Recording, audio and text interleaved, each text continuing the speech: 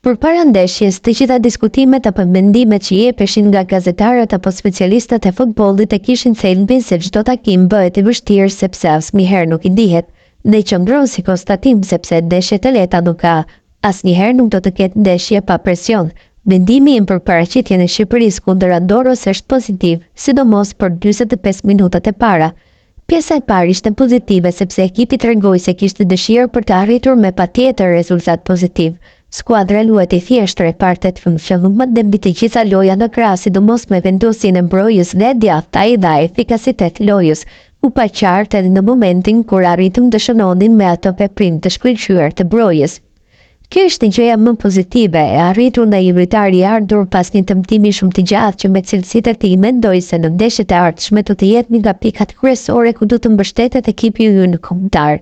E dyta anë pozitive ishte se kishte një lëvizshmëri të mirë në lëvizje të mbe dhe pa topin gjithnjë, duke pasur parasysh se përballë kishim jo kundërshtar që asnjëherë nuk u ngrit në nivelin e një takimi të tillë. Andorra mbrojtej gjithkohës dhe jep të rëndësi vetëm largimit të topave. E treta anë pozitive ishte lëvizshmëria e mirë në zonë e iniciuar më së shumti nga Madaj që bëhet tepër i rrezikshëm në veprimet e tij në zonën kundërshtare, duke shënuar edhe një 2 golësh të rëndësishëm që dha fitoren ekipit tonë. Në 45 minutat e para, ekipi arriti të mbante gjallë entuziazmin e sportashësve. I dhuroi një gëzimi, por pjesa e dytë ishte krejt e kundërta sa i përket nivelit të futbollit. Nuk e di se cilat ishin shkaqet që e detyruan ekipin tonë të luante ngadalë me shumë pasime dhe stacione, pa lëvizshmërinë dhe freskinë e duhur dhe sidomos me një mungesë të lojës në krah.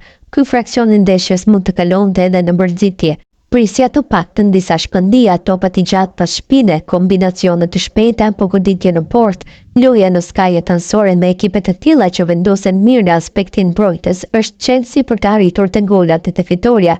Kjo mungoi në pjesën e dytë, nuk ishte ritëm, entuziazëm, u tepruan dhe veprime individuale. Lojtari që kishte topin nuk kishte një pikë shikimi dhe pasimi për ta turzuar. Ishte një ndeshje si tablo e kundërt me atë që ne bëm ndani. Unë duk si ku ne po vepronin me Andorrën siç bëri Anglia ndaj nesh. Unë nuk besoj se loja e anglezëve ekipi kopjuar ka shpejt, por ishte një veprim apo mënyrë qasjeje që ne nuk duhet ta eksagjeronim. Duhet u lidhim hapësirë cilësive individuale, por edhe veprimeve të drejta taktike, lojës në krah, goditjeve të portës. Marrim rastin e mbrojtjes që mori topin, dribloi, nxori jashtë loja portierit dhe mbrojtësin pasoi dhe u shënua goli. Duhet të kishim më shumë momente të tilla. Këtu janë veprime që e fusin rivalin në panik. Hoxha veproi në disa raste mirë, por e teproi me mbajtjen e topit, hynte në driblim, por në vend që të shkonte në fundore dhe të krosonte, futej nga brenda dhe mbante topin shumë. Duhet ta kishim tentuar më shumë portën sepse kundërshtari na linte të shkonim deri në hyrje të zonës së rreptësisë, nuk pati asnjë goditje cilësore nga distanca, vetëm 2-3 tentativa të gabuara dhe jo në momentet ideale kur edhe kundërshtari la hapësira.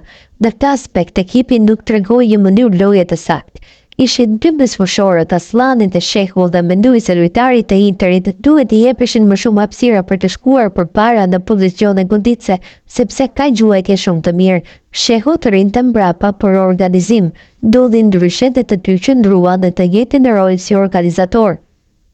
Ekipet e dopte aplikojnë faullin e shumt, sepse së pari duan të thyen aksionet e së dyti duan të vendojnë loje që të mos i japin mundësi kundërshtarit për t'i kapur në behasi. Një ekip si Andorra do t'i aplikojë faullet në çdo ndeshje. Andorra nuk shkeli asnjëherë në 16 dhe nuk bëri asnjë gjuajtje drejt portës sonë. Në radhë të parë është pa aftësi e kundërshtarit. Në 90 minuta të mos shkelësh njëherë në zonë në rreptësisë, të mos bësh një goditje ose të mos marrësh një faull nga një këndore, tregon dobësi të mëdha për një ekip që merr pjesë në këto aktivitete. Përballë një kundërshtari të tillë dhe arritjes një avantazhi shumë të shpejtë, që të çlirojë ekipin nga vuajtja e shënimit të golit, është e vështirë të bësh dallime. 2 gola dhe shpejt i dhanë një lirshmëri ekipit dhe nuk piti në sy shumë ndryshimet, shto këtu dhe faktin se kundërshtari ishte një niveli të tillë që nuk të lejonte të bëje krahasime të tuhura. 2 golet e parë ishin të punuar dhe fal aftësive të lojtarëve nuk kishte fat apo rastësi në mes. I parë ishte një goditje dënimi ekzekutuar shumë mirë dhe finalizuar si duhet nga Manaj në shtyllën e parë, ndërsa i dyti ishte një aksion fal cilësive të një lojtari si Broja.